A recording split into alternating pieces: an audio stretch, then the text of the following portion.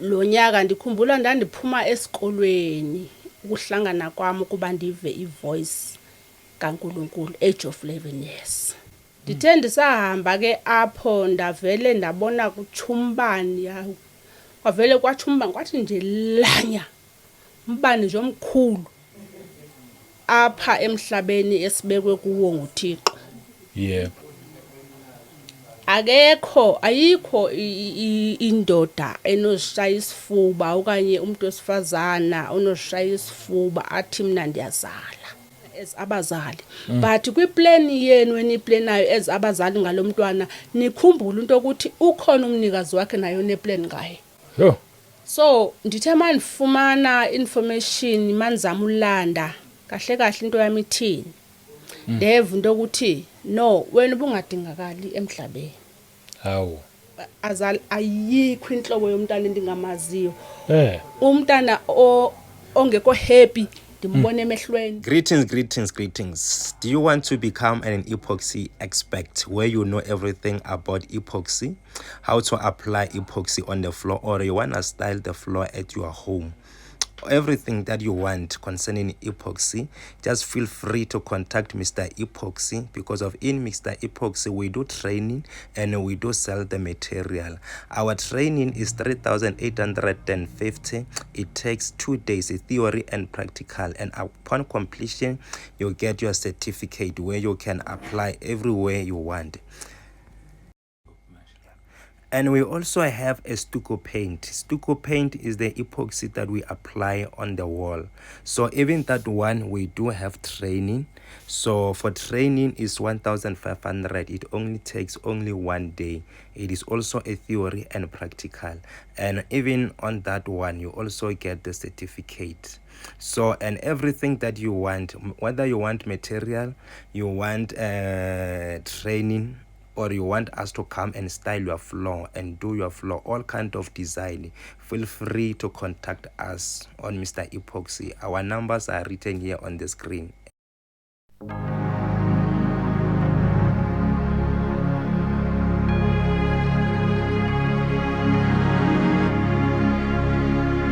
Welcome once again kwiKota 2 Media. Igama lami ngumduduzi ngwakashabangu. Asibonge umoya ongcwele khona phakathi kwethu. Sibingelele futhi abangcwele kuyizindawo zonke la kufinyelela khona le message yeKota 2 Media. Mhlawumbe uyaqala ukuhlanda nale channel. Ngizothi mina ungasashintshi ungayindawo la ekhaya ke sikhuluma indaba ezimnandi. Indaba lezi ezithinta umuntu kanye noNkulunkulu. Akukho kunye. Azikho edlula lezi indaba. Siyabonga abazalwane ngokuthi niya subscribe ukukhulisa lo msebenzi. Siyabonga ngokuthi niya like niya comment kahle. Siyabonga nje ngesupport yonke endilethayo. Nakuma channel members siyanibonga kakhulu nje bazalwane enikwenzayo ngebonakala kodwa imphumela yakhona one day iyobonakala ukuthi hey into esasiyenza kanti yayinkulu kangaka ngoba lokhu uma ngabe kuwo kombuso kusho ukuthi kuyaphila. So nje sanibonga kakhulu nje yonke support enilethayo bazalwane nangeminikelo ngakho konke nje enikwenzayo. Ngithi inkosi mayinibusise nonke. Namhlanje angikho ngedwa futhi. Njalo nje mangabe ngikhona lana suke nje nginomzalwane ukhona la uzongicorrecta ke mhlambe kumele ngabe ngimbiza ngomvangeli noma umpostoli angazi but mina ngizothi uyena azongicorrect ngizothi sesiphindiswa Mthembu ukhona today bakisikomkele nje. Siyabonga isikhathi sakho. Amen. Ukuthi uze ufike ube part kwethu. Amen. Yebo. Mhlambe nawe uphinde ubingelele futhi. Ndithathe lithuba. Yebo. Qale ndibonge kakhulu kubhuti Mduduzi. Yebo. Ilithuba ngiphelona ukuba nami ndibe khona. Amen. Namhlanje. Yebo. Ndimbonge kakhulu uNkulunkulu ngalokho. Yebo. Ndiyabingelela ke bazalwane. Okuqala ngaqale ndithi ndizawumane ndibingelela ndibulisa. Okay. Ngoba ndingumXhosa kahle. Yes. Yeah. So ke ukuze ndikhuphe into ezovakala kahle kumele nisebenzise ilanguage yami. Yebo impela. Yeah. Ukuze kuzwakale kahle. Yeah, ndiyabulisa ke bazalwaneni bonke ababukela le episode ka Bhuti Mduduzi. Ndiyabulisa kakhulu kubo bonke abasapotayo apha. Ndiyababulisa abazalwane bonke egameni lika Yesu waseNazarethe. Amen. Amen. Hayi sasibonga nje isikhathi sakho ufikile ukhululeke nje urelaxe. Ungabi nankinga nje uvele nje uzizwe usekhaya. Yebo. Ake siqale nje khona lapha ekuqaleni nje indaba yethu. Yazi uma ngabe kukhona umuntu esingamazi siqala nje ukumbona. Ngiyeke ngithande nje ukuthola i-background yakhe ukuthi ubani, usesiphindiswa Mthembu. Ubani ngiyazwa uthi uyathetha kalokho kusho ukuthi ubuya phaya Eastern Cape noma Western Cape angazi. Ukusiphe nje ukuthi ubani. Amen. Yebo. Igama lami Dinguphindiswa yebo wakwaMthembu. Uphume Eastern Cape. Okay. Kwindawo yaseMount Fletcher idolophu yam. Then ilali yam ikhetekhethe enkalweni. Yes. Yebo. Uphindiswa ke uyazalwa nguMadlamini. Notata ke uMthembu. Yebo. Ongasekhoyo ke yena. Ndikhulele ke ekhetekhethe. Inginqi yami ndikhulele khona, ndafunda khona. Yonke into yami ndiyenze pha. Yebo. Yes. So uphindiswa ngumuntu ozalwa kwifamily yakwaMthembu. Njengoba ndizalwa kula family ndikhulele kuyo, ndikhuliswa khona. Yebo. I-background yami endingatsho nje ukuthi ndingumntwana kaThixo ke ndasindiswa ebuncinaneni. Ndasindiswa ebuntwaneni ngokuba ke bendiphuma kwi-background yabazalwane. So ke ngoku nami uNkulunkulu wandenzela umusa ukuthi ndizalwe kwifamily ekukhonza uThixo kuyo. Okay, amen. Yes. So ke ndizalwa kulo family ke leyo, ndakhula ke ndisazi nje ukuthi kumele ukhonza uYesu. Okuningi akwazi. Hayi nje okunye nje anikwazi. Yebo. Ndazi nje ukuthi nje kumele nje nikhonza uYesu ebuncinaneni bami ke. Wahlangana nami ke uYesu ebuncinaneni bam mandizawuhlephula nje kancane kule ndaba endize ngayo. uYesu lona wahlangana nami ku-age of 11 years. Wawusesemncinci impela. Kule 11 years uYesu endihlangene naye anikasindiswa, ndingumntwana okhulela entsindisweni. Sisengabantwana beSunday school. Okay. So lemini kulonyaka waleyo nyaka wami we11 ndikhumbula kakuhle. Lo nyaka ndikhumbula ndandiphuma esikolweni ukuhlangana kwami kuba ndive ivoice kaNkulunkulu, age of 11 years. Ndiphuma esikolweni, xa usiphuma ke esikolweni ke abayaziyo ivillage, nandifunda evillage ke kwabantu bangabakhaya bami. Yebo. Ndandifunda evillage, esisikolo bendifunda kuso. Xa siphuma esikolweni siphuma sibheke kwicala elilodwa sonke, then siyokohlukana ke mhlambi sesihambisa sithathe umgama. Yes. Kodwa ka indlela esiye sihambe ngayo nje indlela eyodwa. Okay. So siye sihambe ngalondlela, but that day ndazi ukuthi kwanzakalani. Ndavele lo mini le makuphuma isikolo andazi bakwenzakalani, ndavele ndangahambi ngalendlela esiqhela uhamba ngayo. Ndavele ndabetha ngenye indlela engemva. Ndayohamba apho. Yeah. Le ndawo endandihamba kuyo ke indawo elithafa. Thafa ke apho uyahamba nje ethafeni then ubuso utshonele ezantsi endaweni enomfula bese uyakhuphukela ushona ngasetown. Yebo. So ndithe ndisahamba ke kwelo thafa leyo age of 11 ndingazi uba ndizohanjiswa yintoni apha. Ndindodwa. Ndithe ndisahamba ke apho ndavele ndabona kutshumbani yawo. Kwavele kwatshumbani kwathi nje lanya. Umbane nje omkhulu. Mara akonto ethi kuzonetha. Kwavele kwatsho lo mbani uthema utsho lo mbani wavele wanilahla phansi wanilahla phansi. Hayibo. Ndindodwa ke ngelo xesha kule kwelicala ndihamba ikulo. Ndathi xa ndipha phansi kwatsho isithonga esikhulu. Sokuduma. Satsho kangakanani. Satsho kakhulu. Then after kutsho sisithonga ndilele phansi ndithukile. Kwafika ilizwi phezukwami elithi phindiswa andibiza ngegama phindiswa Mthembu. Yep. Namhlanje awusengophindiswa Mthembu kamamakho. So uchintshe igama from today. Ungowami.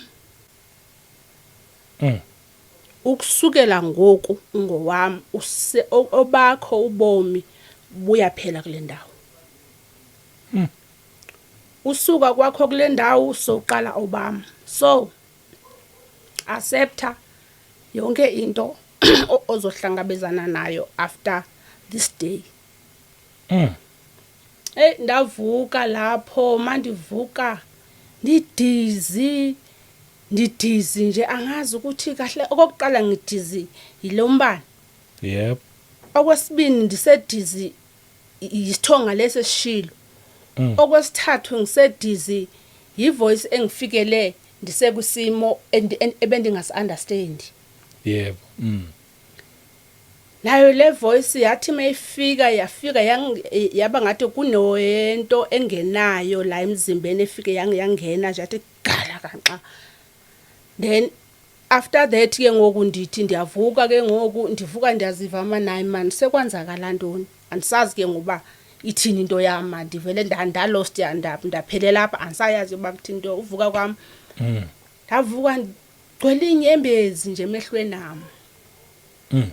Ndiyakhala andisazazi noba ndikhalela yona AP. Ndagoduka ke ndehla ndagoduka ndihamba ekhaya. Mandifika ekhaya fika ke umama ukhona uyafika ke nyani uyanibona ndiyalila inyembezi azibambeki. Uyabuza ukuthi ndikhalela ntoni. Ayikho into ethi ngixelele uba kwenzekeni. Ayikho nje into etsho njalo. Yep. So wathi make nibuza leyo nto uba ukhalelani uvele esikolweni abanye bakwenzeni. Davele ndathi no ndiphethwe inhloko. Hayi ke wabe umama naye elungiselela uhamba ya emsebenzini. Yep. Ngabe ndisala ke ndizihlalele ke ndilila ndingaziba kahle ithini indaba yami.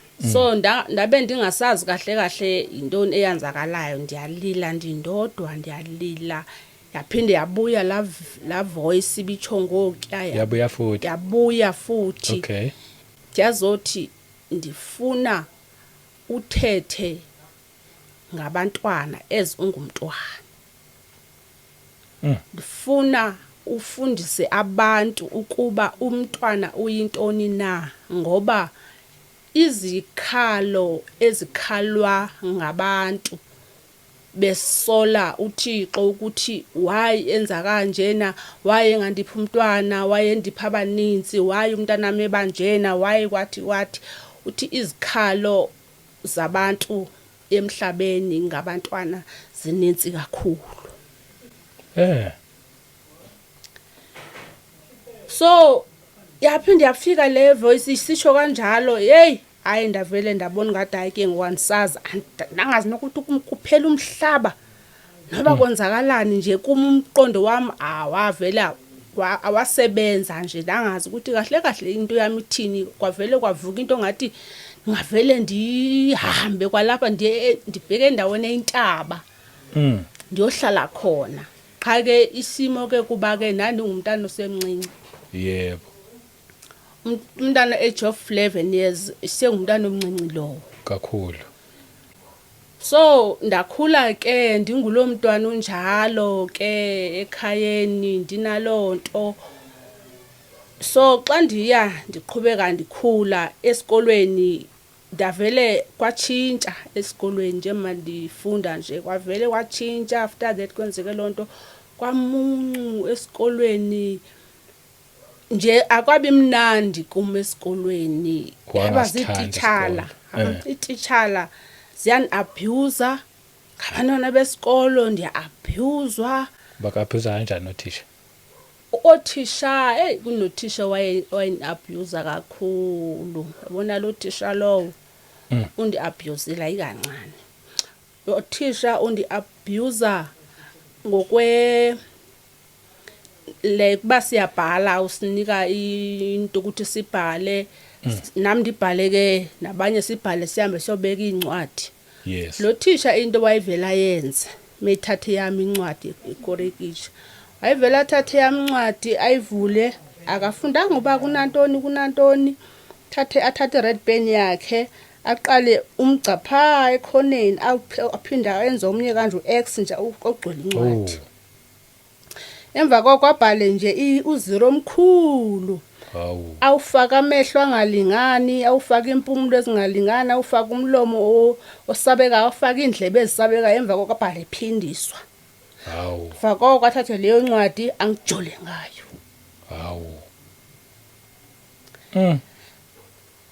wayenza ke lonto lo misi eqhubeleka eyenza if maybe uyangi because sasendazi ukuthi mina lo thisha kandifuni so thandi nga act as abantwana yaqonda mose classini abantwana mangekho uthisha ya bayadlalela nje bayangqola so mina ndazi ukuthi no nafanele nihlale edeskini yami ngoba once angene apha soba senxakini yebo ndihlalele edeskini nami ke hayi abanye bayochaka kwabanye ke ezideskini zabanye bendihlalele angene uthisha mengena ninxolela nto thizwa nibethana but ubonile mina ba undifumene edeskini yami ndodwa futhi ungena kwakhe ubetha yonke iclass ndikhumbula kakuhle lo mini leyo lo aqala ufika kuye ngeSwazi wambetha e3 lectures bonke ke onke iclass ayibetha 3 lectures yani wafika nakum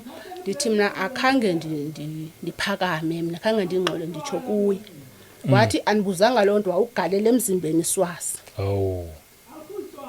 ndancema ndasiveza isandla ndakhongozela wabetha kathathu ndasibuyisa isandla wanibethe emzimbeni wathi uve ngabantu banigqibile ndaphinde ndasiveza isandla wanibetha kanibala ibisengumvimba we10 kwaphakama omnye ubhuti owayisihlobo sasekhaya apha eklasini wathi hayi misa ngeke umbethela ntoni wenzeni ngcono ke imivimba yakho igqibeze lapha kum angeke kaloku unini imisi sikubona umhlukumeza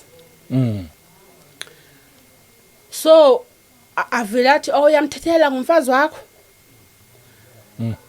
so andiyeke ke ndihlale phansi so senjuba ndandiphila lo mpilo nasebantwaneni besikolo ke uyanditsho xa kuphuma ibreak ezisiyodlala ezabantwana xa ndihamba nechomi zam yebo uthi avele azibize athi wena zibani sanuhamba neso sikhova eso hambani nodwa msiye ke sesikhova sihambe sodwa yani ke nabantwana ke nawo baxelelwa ngumisi yani ke bathi hayi ke uthumisa hayi ke bantu ndibe ngumuntu ozihlalela ndodwa ke esikolweni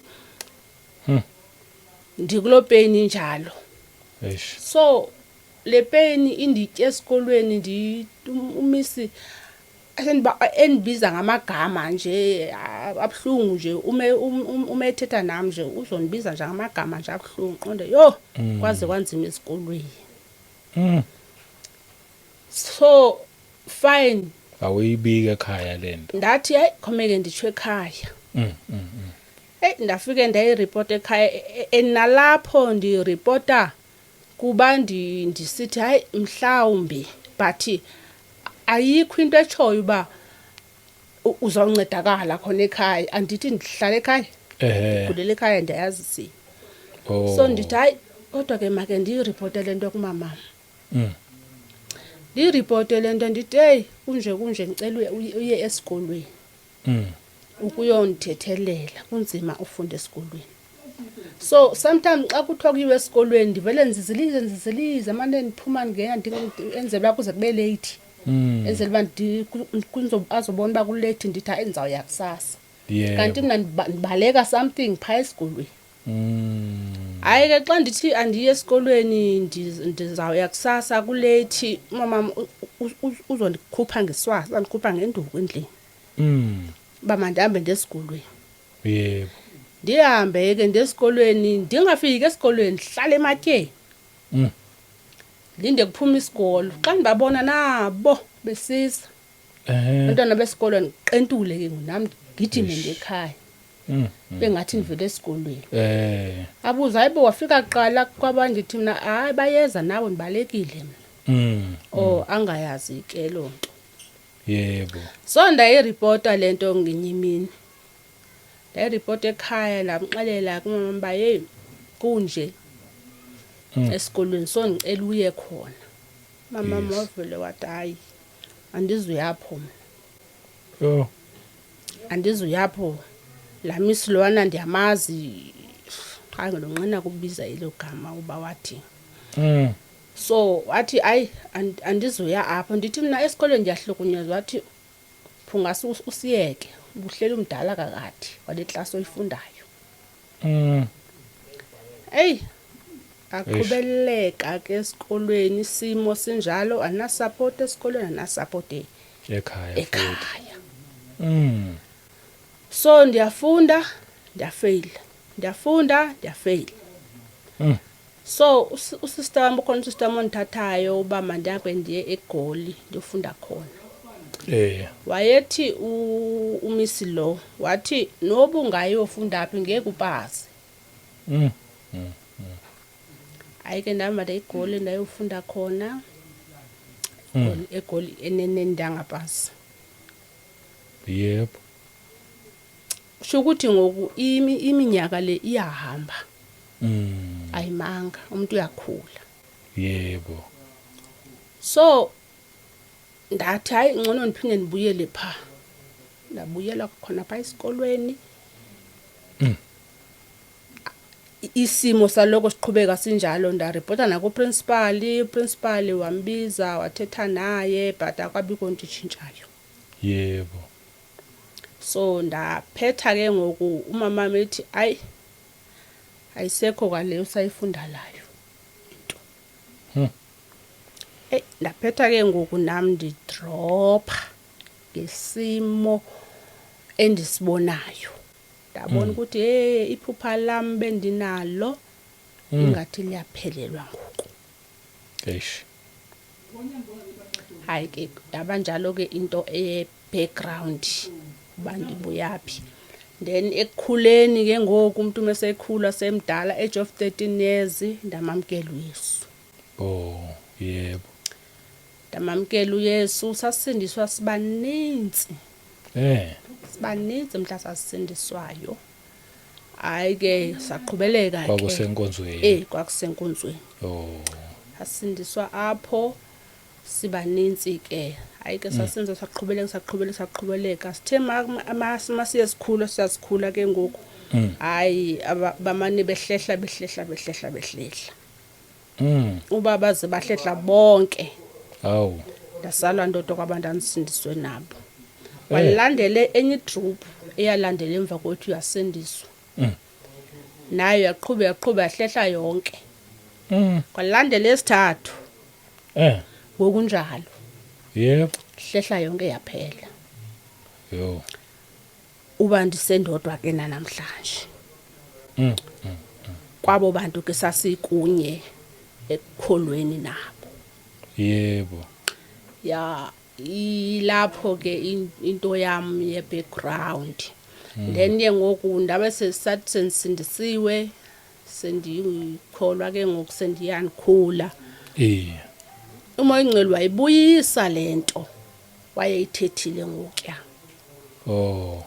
Yahlala enhlizweni nami lento futhi lento umoya oyingcwele ndimbona eyigcizelela kum futhi ibikwa i-character yami because iphupha lami iphupha lobu social worker. Okay, yeah. Yes. Biliphupha lobu social worker. So ngithekhuleni ndambona xa benikhalele liphupha lami ndithi hey kodwa ngosami iphupha lami laze laphela futhi lento enje liphupha lami ilapha kum yayiva. So theke kukhuleni ke umoya oyingcwele ibuyisa lento ke ngoku kum le wayithethe ngoko ndisinisa semncane ibuyisa. Hayi ndayibona nje ukuthi ndiyayi-act yabona abantu basekhaya phofu nje abantu abaround mina abanisondeleyo bayayazi into ukuthi ngumuntu wabantwana. Yabona ekhaya likhaya nje elithanda ugcwala abantwana. Yebo. So nisho mina abelali kungekho mntana ekhaya but uyafika begcwele ba bazela nje baze kuncinci. Bakubiza kanjani xa ngibizwa. Uncinci kumuntu wonke ke. So hayi thina siyodlala noncinci. Siyochakela uncinci.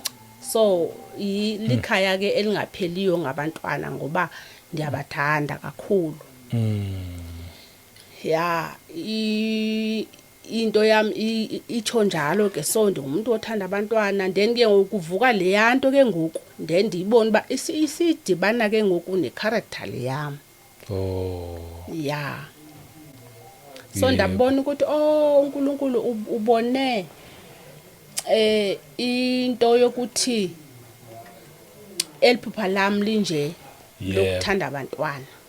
So wabona ukuthi ndiyakhala kuba iphupha lami alenzekanga.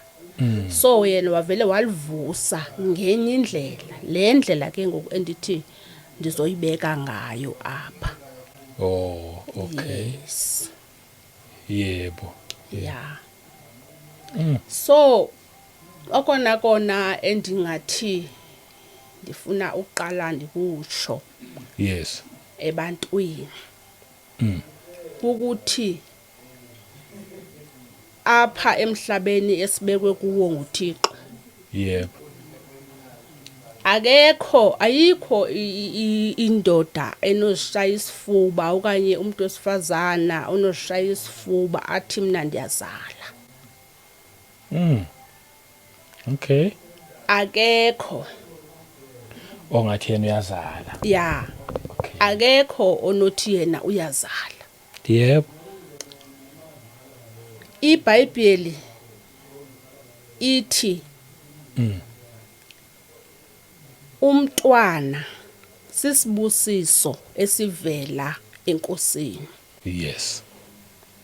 So njengoba sisibusiso esivela enkosini then ke ngoku uThixo athi xa ke planile kwiplan yakhe ebona ukuthi kunomntwana endifuna umraise kula family.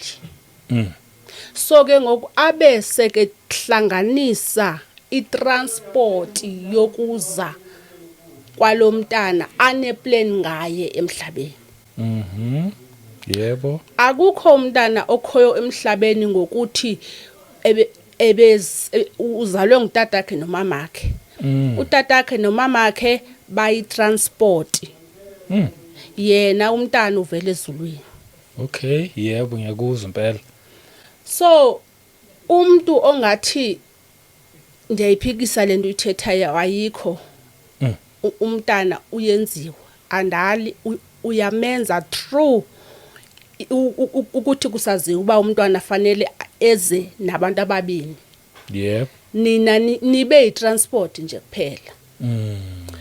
So if umuntu wonke bekwazi ukuthi uyakwazi ukwenza umntwana ngeba asinabo ifamily ezirich ezingadinganga lutho ezikhalela abantwana.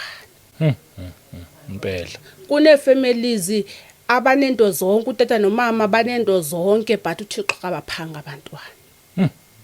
If ke wena uthi umntana wenziwa ngumuntu kutheni ngamenzi umntwana emfuna? Yebo. Impela. Qiniso lelo. Umntwana uvela kuThixo, uyisibusiso esivela enkosini. Yabona bendiyithanda le verse, bendiyithanda pha Psalms 127. Iverse 3. Yep. Inibekela kahle kakhulu ke phaya esizulwini.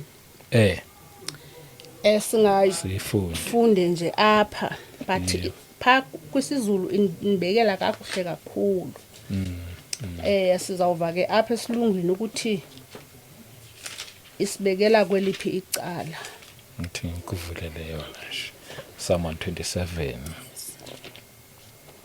Inibekela kahle kakhulu pha kusizulu, nawe ungakuyithathe uyibhale pha kusizulu, uyifunde pha kusizulu, pha inibekela kahle kakhulu. Ithi ngifunde ngesilungu uthi verse 3. Verse 3. Like ithi, behold, children are a heritage from the Lord. Jesus. The fruit of the womb is a reward. Jesus. Amen. Enesi isilungu sizamile ukuyibeka kakuhle. Yeah. Ukuthi abantwana bayi culture evela kuye uThixo. Yes. Akho mntana okhona emhlabeni ongezanga ngeplan likaThixo. Yebo. uNkulunkulu uye enze inzamo zonke xa yena sekufikile kwiplan yakhe ukuthi ndifuna umntwana kula family futhi abe intombazana kanye abe ngumfana. Umntana uplanwa uNkulunkulu ukuthi uyintombazana umfana. Abodokotela abathi bona bayakwazi ukutshintsha umntana into engekhoyo nje leyo. Yebo. Umntwana udesignwe ezulwini, uThixo umzisa emhlabeni kwi-transport engabazali bakhe seke designile. Yabo ithi iBhayibheli pha kwiGenesis 1. Ithi emhlabeni kwakungekho nto. Yes, impela. Kwakusolubala, kungekho nto yayikhona. Yebo. Ithi uThixo wathetha ngezwi. Wathi makube khona oku, makube khona oku. Yebo. If ukhona umuntu emhlabeni onothi mina ndingakwazi uba ndenza into ethile, ukwazi kanjani emhlabeni kwakungekho nto? Kwakutheni wena ungayenzi ngoku kwakungekho nto emhlabeni? Yebo. iBhayibheli lithi emhlabeni kwakungekho lutho, kodwa uThixo wathetha ngezwi wathi makubekho oku, kubekho oku, kubekho oku. Yebo. So andifuni ungena kakhulu because ngizawuse ndingene entshumayelweni xa ndizawulandelela ivesi le. Yes. So xa uNkulunkulu xa edala ke esithi makube khona oku wabakhona, sibona indalo esiphila phansi kwayo kanye siphila phezukwayo ilawuleka. Yes. Utheni lento ilawuleka nje? Kungoba ukhona owathetha ngezwi phezukwayo. Yebo. Wathi wena yiba khona, lwandle yiba khona, amanzi phelela apha, mhlaba qala apha uphele phaya. Yebo. Yonke indalo siyayibona ukuthi behind kwakunomuntu wayikhona. Impela. So indaba yami ke ngoku ithi umntwana uyisibusiso esivela kuThixo. Amen. Noma wena mama nobaba ninezingane maybe ezu10, it's a plan of God.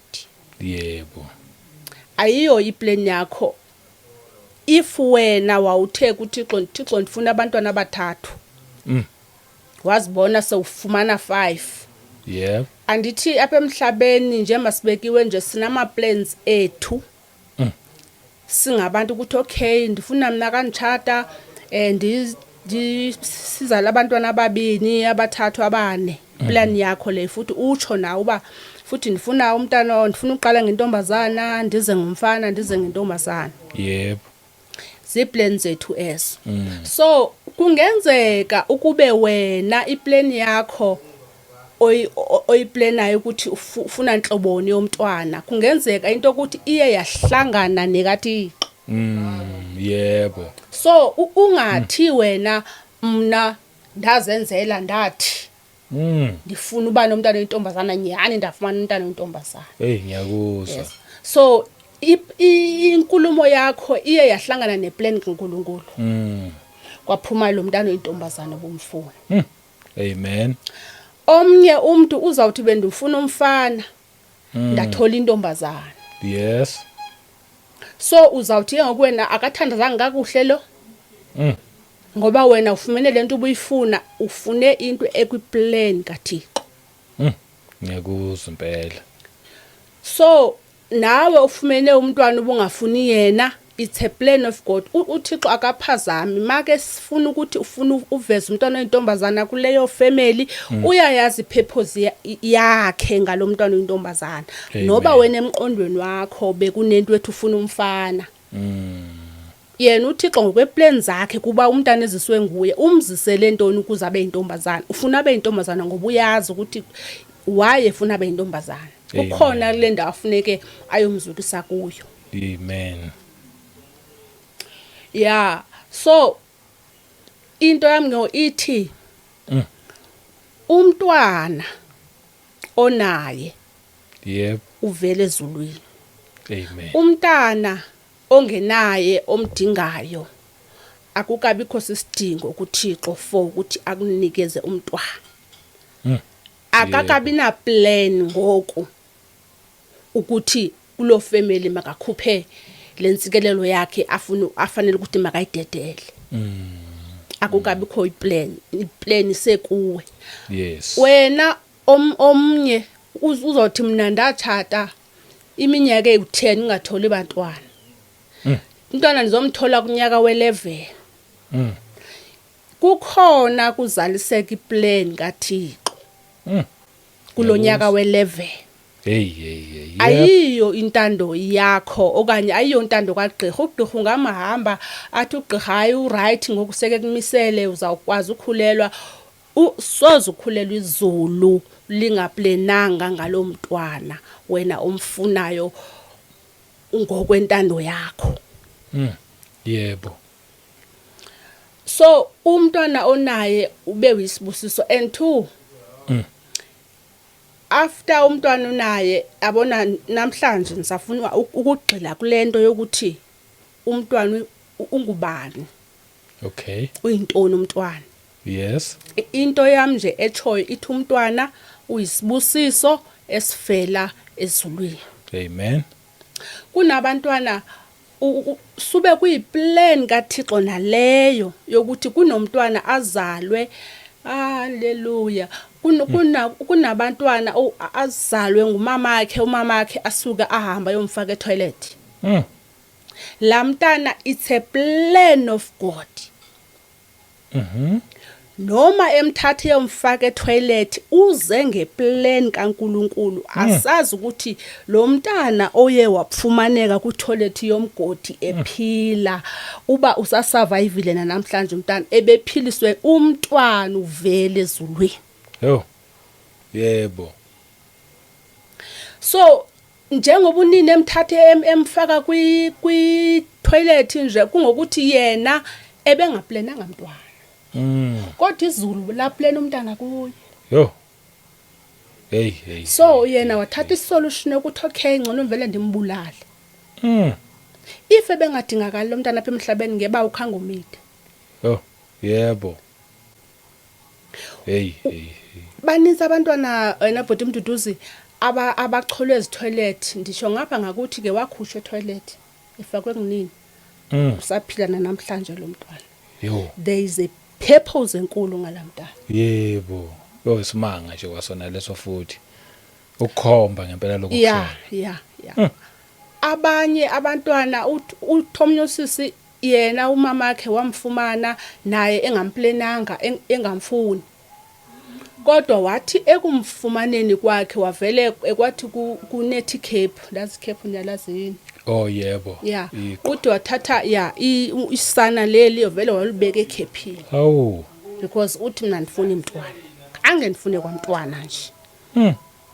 Nawe apha ekhaya uyatsho uthi andazi ke lo mntwana uba uze kanjani.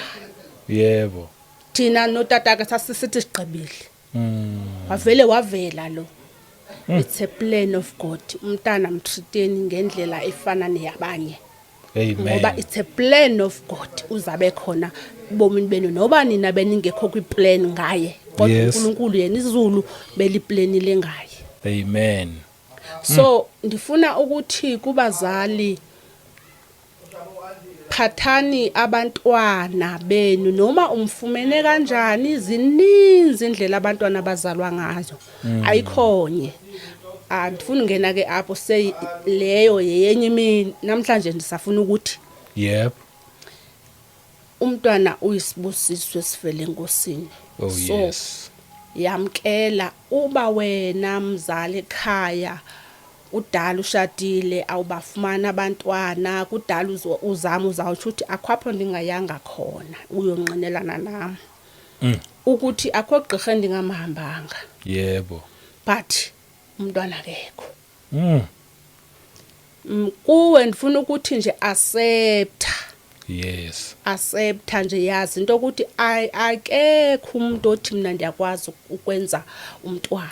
hey ngempela, Bakhona nabanye abantu ekuyiwa kubo athi umuntu mina ndiyakwazi umisela. Uye kuyathi ngizakwenzela ibhotile uzovela ukhulele. Uye kulo muntu lowo akwenzele lo bhotile ebunyanisweni uvela ukhulele. Wena uye emntwini ngexesha likaThixo loba ezokurayizela umntwana. So wena ube sewusithi ushumayela into ethi khawuye phaya nami ndancedakala phaya. yep, Ndiyasuka ke mina ke ndiva wena ubusithi uncedakale pha nami ndiyamfuna umntwana ndiyaya phayana nami ndifike ndiyenze ibhotile ndingamtholi umntwana. yep, Ibhotile uyenze kanje ngaleya yakho. Into ethi ukuthi ibhotile ayenzanga nto. Bekufike ixesha likaThixo. yebo, So vele wena ongenayo umntwana uaccept wamkele uthi ngexesha lakhe uThixo uzondinika if kuye kukholekile uba makamraise lo mntwana. yes, Umntwana okhoyo emhlabeni akekho ngoba kuyiplan yabazali bakhe noma seke khona nina ningaplana niplan okay lo mntwana sifuna simsephana sifuna impilo yakhe ithi kanje nakanje fine right niyaplana as abazali. But kwiplan yenu eniplanayo as abazali ngalomntwana nikhumbule into ukuthi ukhona umnikazi wakhe nayo neplan ngaye. yo, hey namandla impela. So kungenzeka into ukuthi leyeni plan nimbone etyeshela nicinga ubani na mhlambe uyaganga why ebalekela iplan yenu indlela enifuna umkhulisa ngayo. Jesu yabona manje zothetha ngendaba yokukhulisa. If uThixo xa ezisa umuntu emhlabeni uneplan yakhe ngalo muntu. Noma ephuma kule family enguwe kule transport enguwe wena ungazama uthi umbuyisa kwelicala ukuthi akeze kwelicala obona ukuthi eli right for yena. Uthi xa ubona into ukuthi xa ngaba ndinomvumela athathe le direction yabazali bakhe eyami plan izofaila. Yes, Yebo. So amenze ke ngokuthi into ukuthi lo mntana makazamele ukuwela kwelicala leplan kaThixo.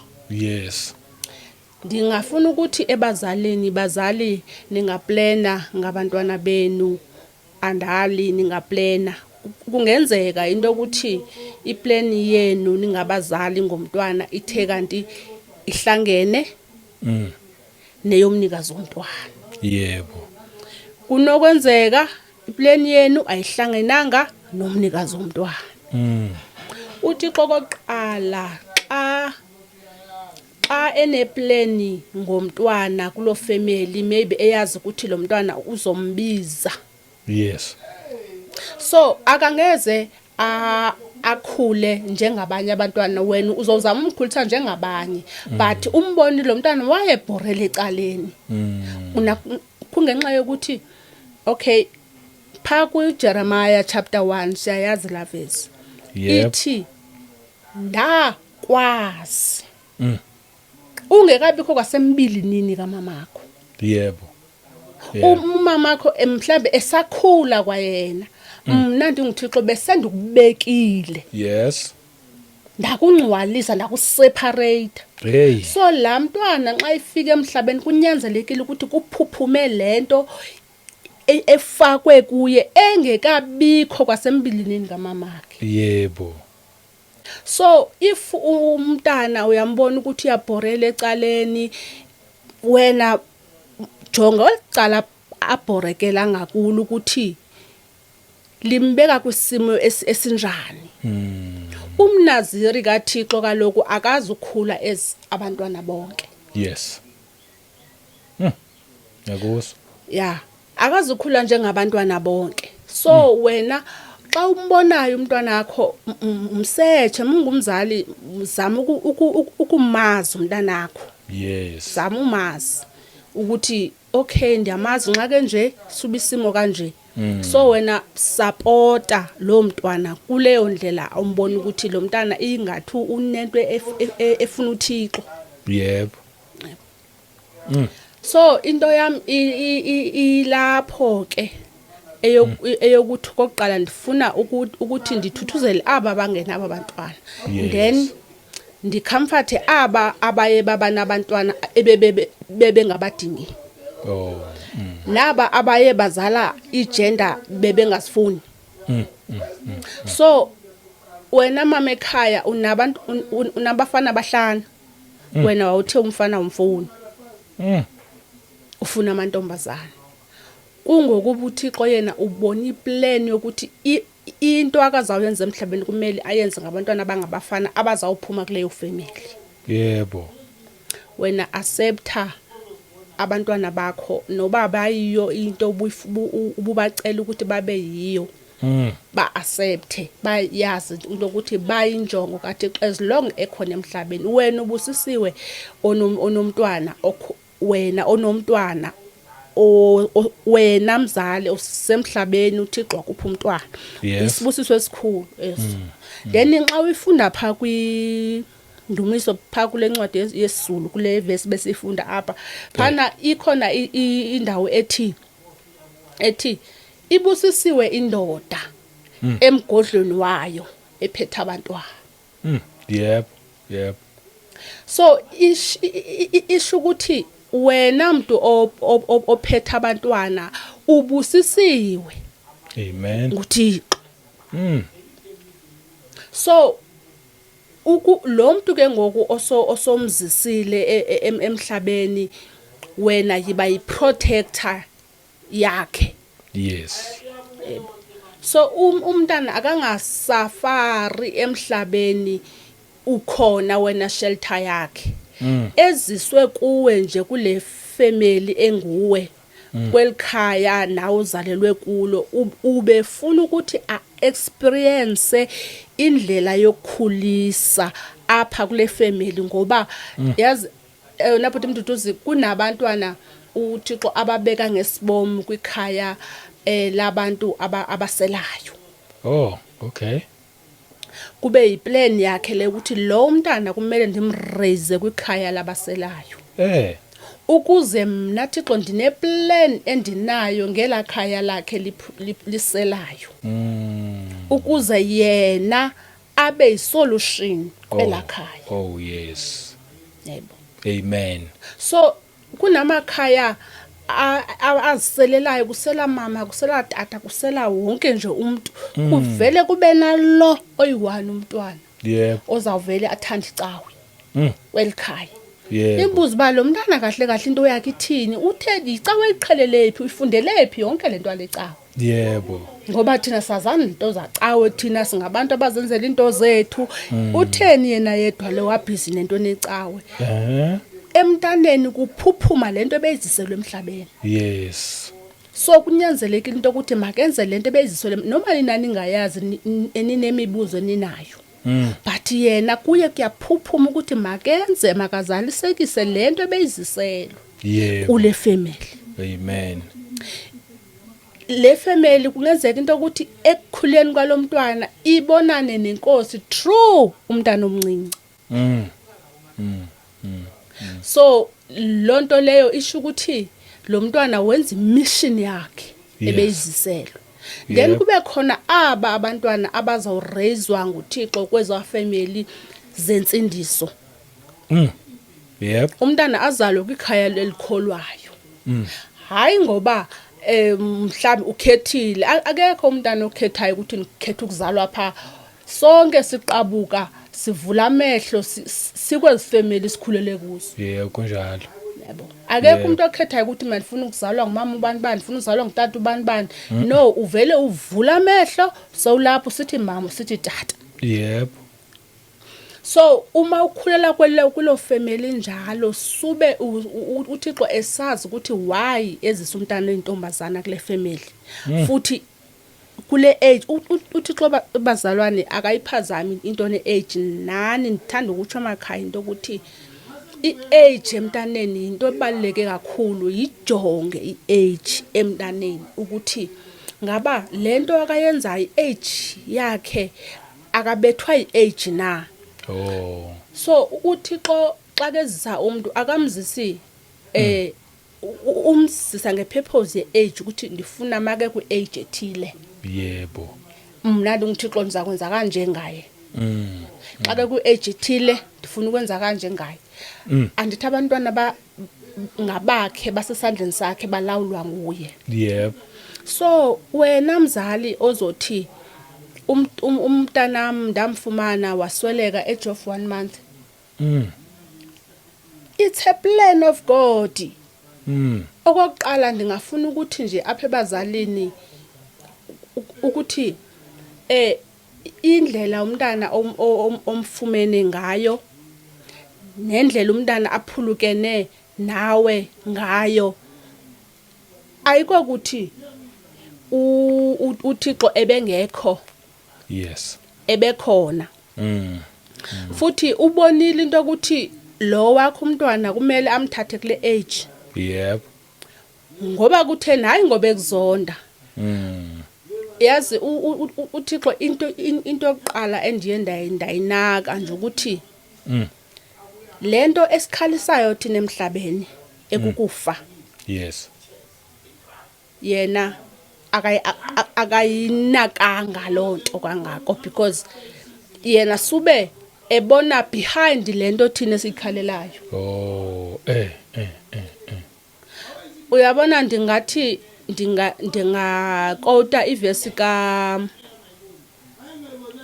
Uziya apho ivesi ithi ngokufa kokumkani Uziya to Isaiah athi ndayibona inkosi. Umbuzo ozobuzwa engqondweni uBhayibheli uIsaiah kanjani? uIsaiah ubhale incwadi ivesi ezithile. Kanjani athi ngokufa kokumkani Uziya ndayibona inkosi? Kanti ngoku ebhale izincwadi ebengakabonani nenkosi. uIsaiah ngoku esithi ngokufa kokumkani Uziya ndayibona inkosi. Ndisho into ukuthi abazali baka Uziya kanye ifamily ka Uziya nje abantu ababesondele ku Uziya ndisho ukuthi maybe zabekhala besola uThixo kodwa uNkulunkulu umthathela ntoni Uziya. Sisajongile ukuthi uzizwa sinceda pha asincede pha kodwa Nkosi umthathele ntoni Uziya. Yebo. Thina sikhaliswa sisimo esizibona siphambi kwethu kanti yena akajonganga lento ekhalisa thina behind le yanto. Ngiyakuzwa. Yebo. So into ukuthi yena xa kethatha lona umuntu thina sizokhalela lento sithi uThixo kwabe kutheni simlilele. Then kanti yena uyazi into ukuthi emva kwalento yokukufa kwalomuntu iplan yami ithi kumele uzibani ndimfumane ngokufa kabani. Yes. So wena once umntana wakho aphila emhlabeni afe sesemncinci ikhona lo muntu afuna umlungisa uThixo kanye afuna umraisela kuye through iplan yakhe emehlise ezulwini ukuthi lona ndizomthatha kanjena ngixa ineminyaka eminga ngoba ndifuna ufumana ubani ngaye. Ideep So impela, yeah. yeah, so xa sizokhalela uZiya thina singabantu sizokumkhalela yena uThixo ngokubala uIsaya. Xa sibuka uIsaya eBhayibhelini uZiya uIsaya umkhonzile uThixo uIsaya incwadi azibhalileyo singapha kokuqonda. Nawe othi mawumfundo Isaya uthi yaze yandibusisa incwadi kaIsaya ethi Yebo. ufe bengafanga uZiya ubuzobusiseka yini?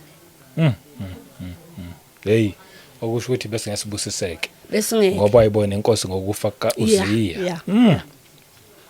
So Yebo. indaba yami ke ngoku icho kanjalo into ukuthi ewe asizungakhali umntana mawumzala awumzalela ukuthi afe emncinci because une plan onayo ngaye benjilo ekuqaleni. Yes. Sinama plan ngabantwana bethu ndaphinde ndasho ndathi noThixo umnikazi wakhe une plan ngaye. Yebo. So uba uNkulunkulu umntana emthatha isemncinci unenjongo yalonto.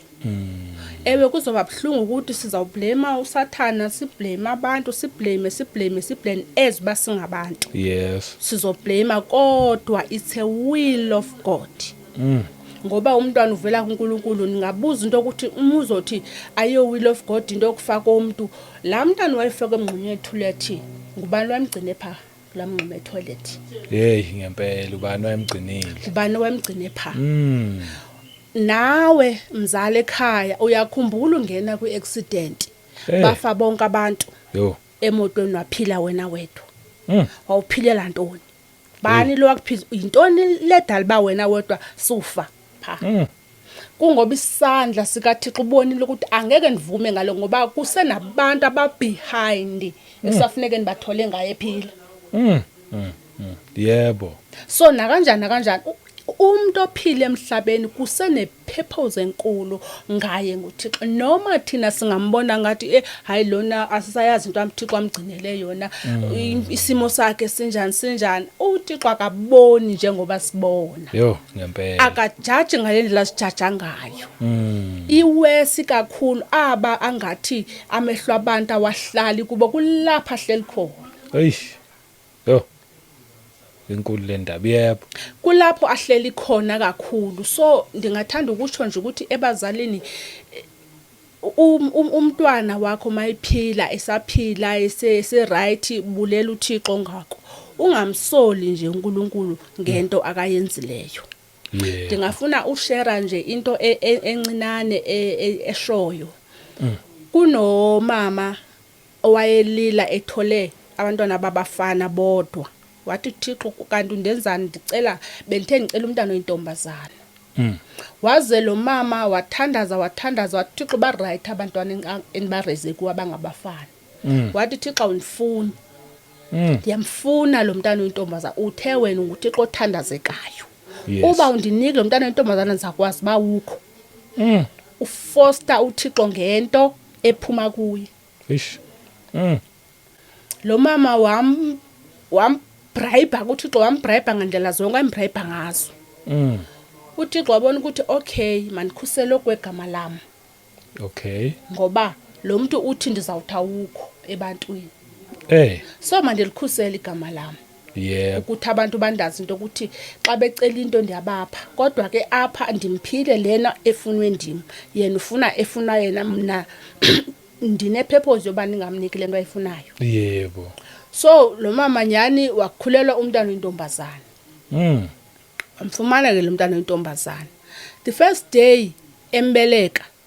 Bathi amanesi mabembamba nje umntana egqiba umbeleka wavela umntana waqhuzula. Awu.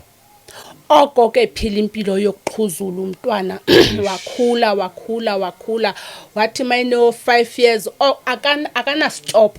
Eish. Akana stop umntana uyafithisha day and night. Wasesithi yena umama womntwana Thixo ngicela umthathe. Awu. Ndimthatha ndimsaphe ngoba lo mntana bendimgcine kum. Ndibona ukuthi akakufanelanga. Ngoku usesithi ndicela umthathe. Eish. Bazali Ningafuthanda ukuthi into ukuthi masiyeke nubribe uThixo ngenxa yepain zethu esinazo zokuthi sifuna abantwana okanye sikhalela abantwana bethu abasishiyileyo emhlabeni. Yebo. Yeah, masikhaleni kubhlungu ushiywa umntwana usajongile. Sajonge elikhulu kakhulu ngomntwana akho kubhlungu kakhulu ukuthi akushiye umntwana kodwa ke asingakhali size sikhipha amazwi abhlungu ukuthi Thixo awukho. Impela. Yebo.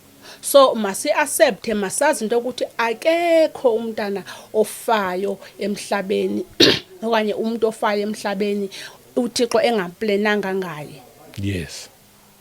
uThixo if uplanile ngawe nditsho mina uqabela ibhasi phethuke ibe sisonke ibhasi kungabikho kwamuntu wena uphuma ungena nix nditsho nomkrwelo ungenawo. Yep. Yeah, kunento ayivezayo ngalonto ngawe. Amen. Yeah, so ndingathanda nje ukuba ke ndiveze ngami. Uyabona ndingatsho ndithi uyabona mna. The ekhuleni kwami ndibuza ke endikubuzayo ke ekhaya. So ndithe mandifumana information manizama ulanda kahle kahle into yami ithini. Ndeva into ukuthi no wena ubungadingakali emhlabeni. Hawu. Abazali bebengandidingi. It's a mistake ukuba khona kwami ebazalini bami. Hawu.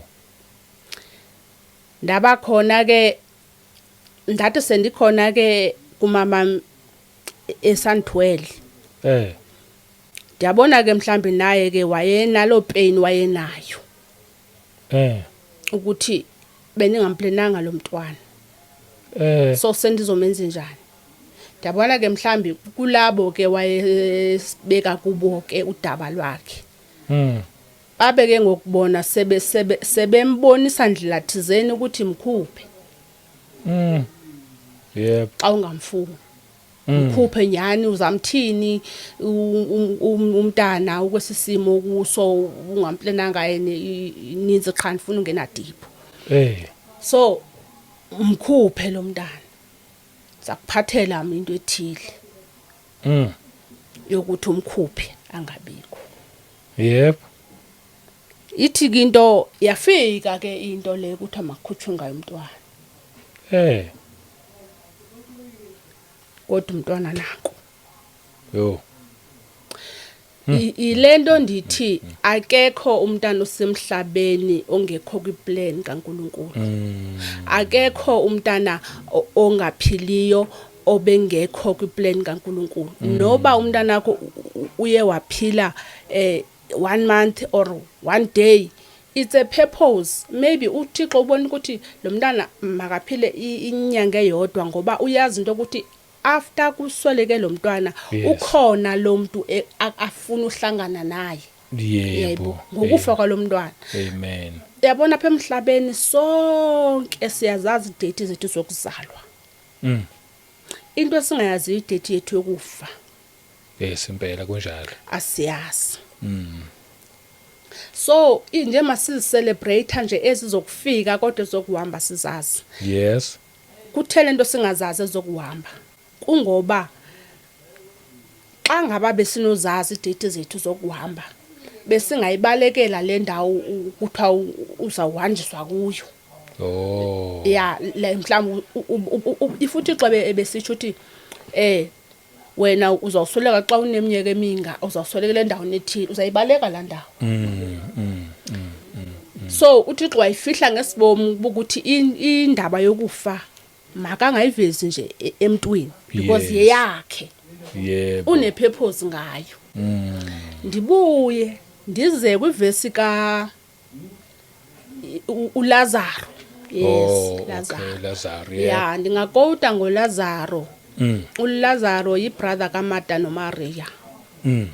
Ithi iBhayibheli wagula uLazaro. Ithi iBhayibheli uLazaro yayingumngani kaJesu. Yes. Nawe ke uyazicingela into ukuthi umuntu ongumngani ngumuntu osondele kakhulu kuwe. Yes. So ushona into ukuthi xa kubikwa nje ngomngani wakho utsiba kuqala.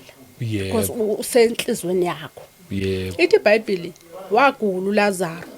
Isisters zakhe zaya kuYesu kuba lwezimaziyo ukuthi ngumngani wakhe. Yes. Baqonda I know uMary ukuthi bathi mabephakama beya kuYesu beyochuba uLazaro uyagula. Babe sazi basawubuya naye uYesu. Yabo azophilisa umngani wakhe. Yebo. Mabefika kuYesu bathi Yesu umngani wakho uyagula. uYesu wangafiki. Kwadlula insuku uYesu wangafiki. Umngani wakho Yesu uyagula, uYesu wathula. Eminye imithandazo siyayithandaza ukuthi xa ngayiphenduli because ene purpose yakhe. Wagula uLazaro insuku wafa. Yebo. Uthe ekufeni kwakhe uLazaro batsho bafuta sisters zakhe ukuthi usufile uLazaro. Yes. Mayifika uYesu efika sithi nimbekephi. Bathi usele udunensuku zine. Yebo. So ngokubona batsho ukuthi Yesu late. Because sukubize early. Wena wafika late. Yes. Late ayisekho into zobasayenza ngoku. Lo muntu unensuku ezine lo. Yebo. Ngathi uYesu nimbekephi. Bangikhomba kapha bambeke khona. Bathi susani litye. Why ethi susani litye? Susani lento benibeke phezulu kwakhe. Okay. Nina susani lento benibeke phezulu kwakhe because mina benisazi into ukuthi ukufa kwakhe akuyi ekufeni. Balisusa ke litye uYesu khange ithi iBhayibheli iBhayibheli ayitsho uba uYesu wangena engcwabeni.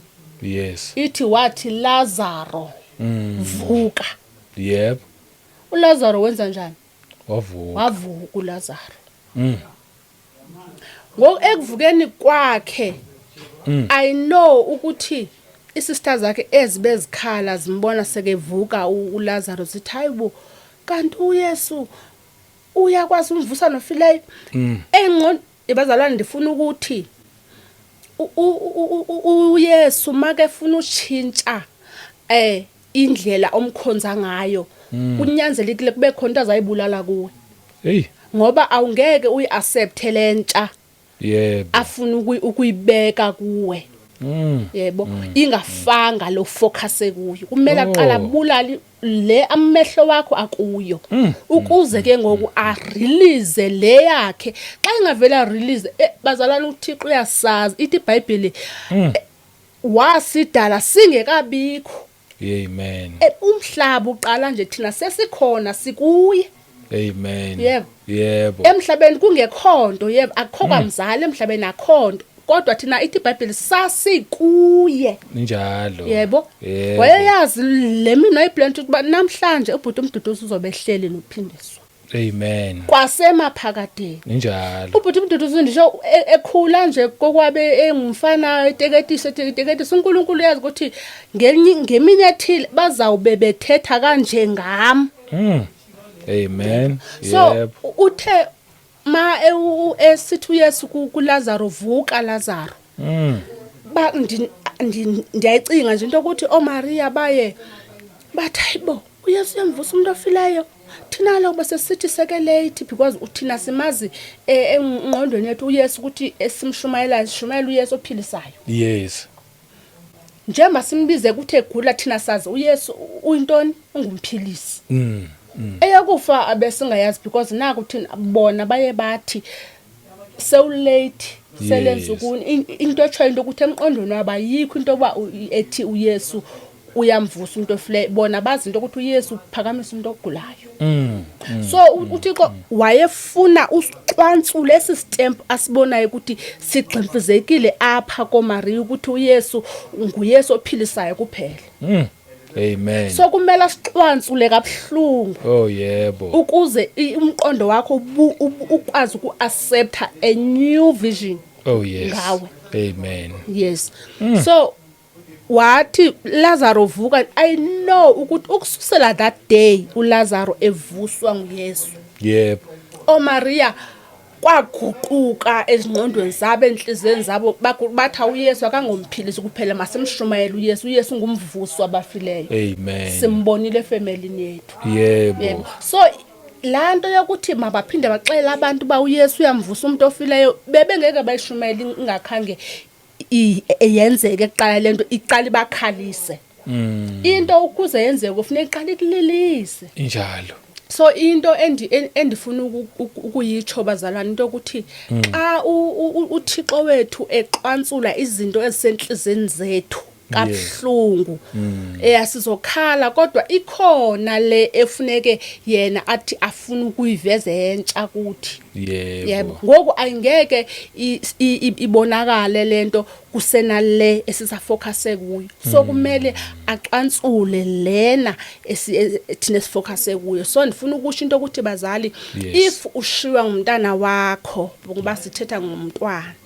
If ushiwa ngumntwana wakho esemncinci khala uxole ungamsoli uThixo. Amen. Ngoba uThixo beplan ukusiba phakadeni uba lona angeke ndimvumele akhule phaka kula family adabe kwi-age ethile ngoba xa ndinomyeka ekhulela kula family adafike kwi-age ethile uzoba yinhlupho kwaphaka kula family. Amen.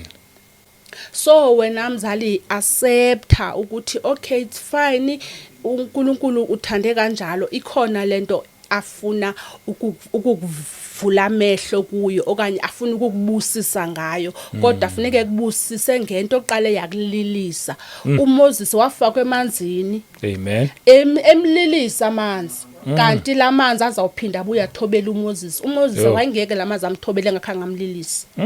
Ayinamandla le ndaba. Hey. Yeah. Siyanga sekuvaleni ke bathandekayo okwanamhlanje ke isihloko sami sitsho sithi umntwana sisibusiso esivela kuThixo. Masiyamkeleni into yokuthi umntwana uvele enkosini. Yebo. Noma uze ngayiphi indlela maybe abanye bakhulisa abantwana ababacholeyo njengalo benike natsho ndathi walahlwa eqabakeni. Wacholwa loyo mntwana lowo lo sisi lo uyakholwa ungumzalwane namhlanje. Ethathwe kwiqabaka eKhephini. Yes. Thathwe eKhephini lahlwe kunini eKhephini uThixo wamgcina because une purpose ngaye akekho umntana ophilayo ongekho kwiplan kaThixo. Akekho umntana ongekhoyo emhlabeni abengekho kwiplan kaThixo. Amen. Cela bazali nixole ndiyayazi ukuthi umhlaba usalila kakhulu ngesehlo esisesematheni namhlanje sabantwana abatshone ku-accident. Oh yebo. I know social media ugcwele abanye bathetha bathi bayathetha bazali I know ibhlungu South Africa ibhlungu into yabantwana abasweleke kwingozi yemoto ibuhlungu kakhulu. Kodwa ke ndizawucela into ukuthi masi-accepteni ngoba sebehambile abantwana. Masi-accepteni ukuthi bahambile if uThixo bethanda ukuthi mabaphile abantwana ebezoyenza indlela. Yebo. Ngoba yena ayikho into emxakayo ndike ndatsho before ukuthi noma ingabe isimo bese sinjani sisithi lo mntana afana bangaba kasekho emhlabeni kodwa uThixo amgcine aphile. Ngoku ebezawuxakwa intoni uba makabambe la truck uThixo. Ebengakwenza nje. Ukuze ingacumza abantwana. Ayikho into ibizomxaka uThixo bangayibambi la truck ngoba uqhelile ukuzibamba xa ngaba implan yakhe ingekafiki. Yes. Azibambe ingozi singenzeki. Kodwa ke ngokuba umhlaba wonke uyakhala nandithanda ukuthi thuthwini kubhlungu kodwa ngicela nje siaccepte singamthuki uThixo singathetha amagama azababhlungu azababhlungu. So ndiyacela nje samkeleni kona ndana sebazalini babantwana phephisani kubhlungu ngicela samkeleni abantwana bahambile wena lindela okukaThixo azakuveza emva kwalomntwana uzawutsho kusasa uthi nyani abumntana mehambile ndaye ndafumana into ethile okanye ndaye ndabusiseka ngento ethile. So wena lindela ikhona lento uNkulunkulu akubekele yona ngokuthi uye washiywa ngulomntwana wakho. Masamkeleni abantwana bethu, asibathande, yasibaphilise kakuhle ngendlela eright, sisazi into ukuthi abazalwanga sithi thina sizitransport nje, ukhona umnikazi wabo obalawulayo. Ngamkele nalombonayo ukuthi ubhorele ecaleni umntwana, akenze njengabanye abantwana, accept. Kungenzeka ukuthi kunobizo analo lo mntwana. So if mhlambi ungumzali unomntana othi uxakile, mna akho mntana endingamaziyo uba umntana akathethi inyani, ndakufika kuye mandiyazazi uba mandimcofephi. Yes. Into emtyayo uzoyithetha yonke. Yebo. Mara ebe ehlulekile emzaleni ukuthi ayithethe. So once ndafika if mhlawumbe umzali uthi ndinomntana apha unale ngxaki enje nenje akafuna uthetha okanye kwenzakalani, umntana nhlobo yonke yomntana ndiyayazi. Okay. Yebo. Ingaba ngumntana onobizo, wena uxakile wenza izinto ezitheni, nizovela ndimbone ndithi lo uhlutshwa lubizo. Oh. Lona uhlutshwa into ethile, lona ingxaki yakhe into ethile. Yebo. So ndizawuphinde ndibuye ngenye imini ke ngoku ndize nento ethi uyintoni umntana ekhaya kubazali. Oh yes. Ndibuye ndize nethi yabona ke leyo ndibuye ndize nento ethi ubizo lomntwana omncinci. Nento yabantwana abazizitabani kule mihle siphila kuyo, abantwana abazitshintsha, umntana afuna uba yile akangadalwa ngeyiyo nguThixo. Ndizoza nayo ngenye imini. Okay.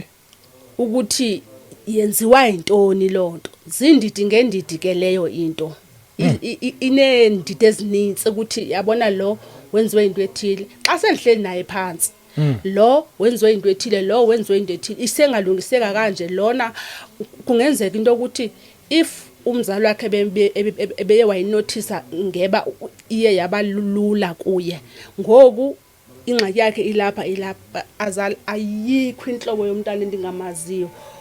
Umntana ongekho happy ndimbona emehlweni. Okay. Umntana onengxaki noma yani ndiyambona nje uba sensho ukuthi ke ndingulo muntu onjalo ke wabantwana. So ndiyatsho ke ukuthi maybe unalo mntana oxakileyo, I'm willing ukuthi ndikuncede emntwaneni wakho. Mhlambi ndikwazi uba ndithethe naye uba yinto efuna sithethe, uba yinto mhlambi efuneke mna ndilungise wena mzali wakhe. Yes.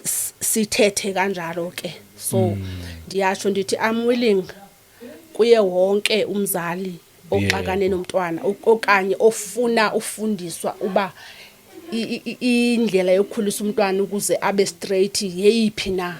Oh yebo. Yes. So ndithi mandishiye nje lo note injalo. Bazali ndiyanithanda kakhulu, nisikhulisele insikelelo kaThixo kakuhle. Nibaphathe kakuhle abantwana, nibanakekele, nibakhusele, nibathande. Amen. Niba accept kwisimo ubonayo ukuthi asichange, accept. So nami ndithi ke ngoku siyayigoba kanjalo ke ngoku kwisihloko sami sitshoyo ukuthi umntwana wesibusiso esifele enkosini. Hayi siyabonga man. Yazwa lethi message emnandi ngendlela exakile. Bengingazi ukuthi uza nayiphi message. Ngiyakhumbula wangitshela khona but bese kuthe kubaleka. Ngiyakuzwa very powerful message. Nje bakhona abanye abantwana sokwabasiza before. Baninzi kakhulu Bhuti, baninzi omnye umzali waye wanbiza wathi uxakane nomntwana wakhe. Yes. Akamameli. Uthi lo mntana ayikho into esingamenzelanga yona apha ekhaya. Yep. Kodwa uphuma apho. So ndafika umntwana ndathetha naye umfana. Njengoba ndisitsho ukuthi mina ndinendlela yami endibabona ngayo. Ndathi mandithi gqi emehlweni akhe lona umntwana ndavele ndayibona ibhaliwe nje ingxaki yakhe. Bona ebusweni bakhe. Yebo. Ndavele ndangena kuyo nje ndingakambuzi kwanto ndavele ndamxelela nje ukuthi ingxaki yakho injeni iqale apha uthuka umntana wagquma khala inyembezi wathi ubuyazelaphi lo Yebo. ndithi ndibona apha ebusweni bakho so yes waba right umntana ndaya ke ngokumzali ndathetha nomzali ndabuye konfuthi ndabadibanisa nomzali ke ngoku Okay. sendibanika ngoku indlela entsha yokuphila namhlanje basanibonga Yo. impilo yakhe nomntana wakhe ibiseyihlukene kodwa behlala kuwo Hey, ya impela uNkulunkulu unezimangaliso.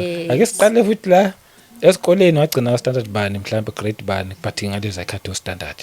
ya thina sifunda ngezasikhathi zo standard grade 8 Grade 8 kusho to standard 6. yeah Ugcine lapho. Yes. Okusho ukuthi wabawufuna ukwenza social worker yeah but awuzange uyenze zange because ngikwazi isimo okay. yes But inkosi yona yakwenza waba yi-social worker Yes, yasembusweni. yeah That's why ukhona ukubona nokusiza abantwana. Hey, yeah, I'm surprised. Yes. Indlela inkosi esebenza ngayo. ya inkosi iyasebenza uyabona nakwa ndiye ndithi xa ndibona isimo somntwana ekhaya akuso ekhaya maye bakhulela kuso emzalini wakhe ndibona ukuthi no man ndiva kabuhlungu andonwabi le ndlela lo mntana kayiyo mandenze usizo so ndiye ndinansike ke ngoku ndigijime ngengapha kuma social worker Okay. reporta le case Yep. uba no angeke ayompilo umntana makayiphile le yeah so ke ngoku besenisaziwa ke ngalowo ma social worker ukuthi isimo nje ndisibonayo esikuthi no asikho right Yes. ndiyasiphuthumisa so baye babonge kakhulu ndithi lento andiyenzi ngoba kutheni ilapha Yebo. ilapha nje ndivele ndibe buhlungu ngendlela emangaliswa yabo ndivele ndibe buhlungu kakhulu nje umntana mhlawumbe ndibana naye endleleni ndivele ndimbuke ebusweni ndithi yo waze wasenhlungwini lo mntwana waze wasenhlungwini if bendingaba ndiyazenzela nangeba ndiyamthatha so nditsho ke ukuthi ndingulo muntu njalo ke ya uNkulunkulu waninika nje iliso nomntana ohappy onwabile ekhaya ndivele ndimbone emehlweni ukuthi hey waze waba right girl kanye boy waze unwaba uhappy nje ubuso bakhe uyabonakala ya sure uyabhatalisa ngokwenza umsebenzi lo I know andicharge into etheni but ke umuntu ngokuthi esizakele ubona yena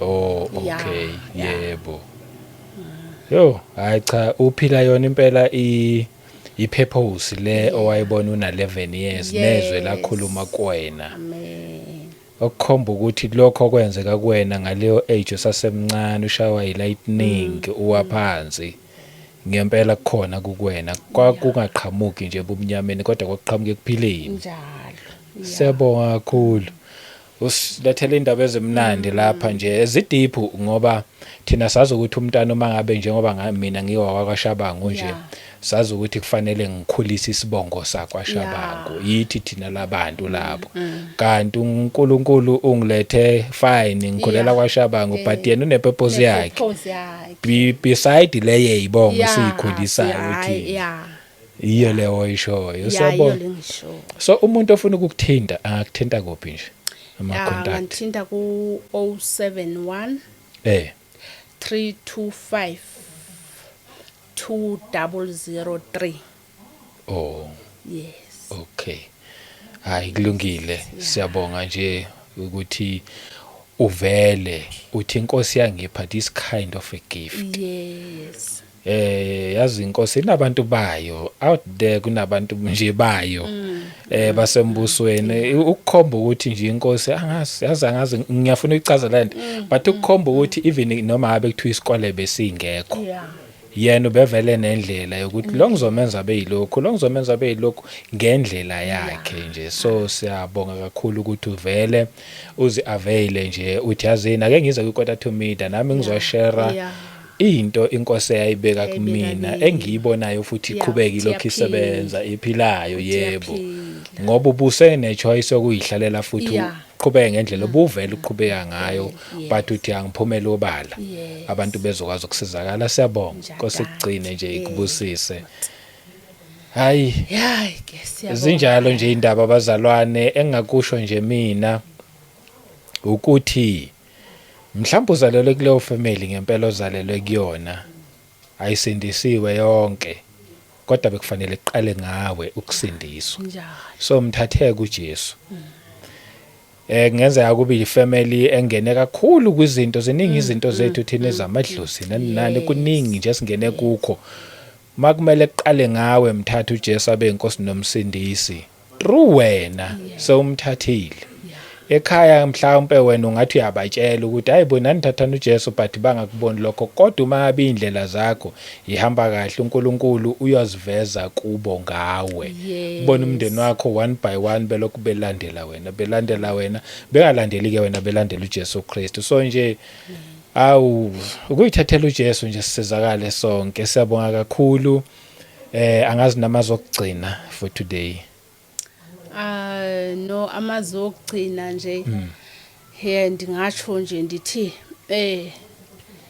ndibongile kakhulu nami ukuba khona apha. Yebo. Ndingatsho ngithi ndiyavalelisa ke, ndiyabonga bhuti Mduduzi ngako konke ngexesha unikeze lona. Noba ke ngikhange ndilibambe ixesha kodwa ke ndiyabonga ngokuthi unikeze eli unikeze lona second chance. So ndiyabulela kakhulu ke bazalwane, ndiyabulela abantu bonke enibukela le Kota to Media. Inkosi yasezulwini inisikelele, eniphathe kakuhle. Ndibonga niseza usubscribe, niseza ukhomenta, niseza kwenza konke okufanele ukuthi makwenziwe. Inkosi ibe nani, nikwenze ngomusa wenkosi, nikwenze niselithandweni lwenkosi. Ngoba konke sikwenza ngothando lwenkosi uYesu. Kunjalo. Amen. Cha, siyabonga kakhulu nje. Ukhululeke, ngiyaxolela kwesikhathi. Ngiyamceba nje bazalwane, hayi yabona ekugcineni isikhathi ke khohla kakwazi. Yebo, kodwa ke siyabonga ukuthi ekugcineni nakho sihlangene sayikhuluma le ndaba. Kosigcine nje nawe ekubusise. Siphinde sibonge nasemakhaya kinina nonke. Sinithanda nje ngendlela ezimangaliso. Ngomusa wenkosi uJesu Kristu asiphinde futhi sihlangane kwivideo elandelayo. Amen.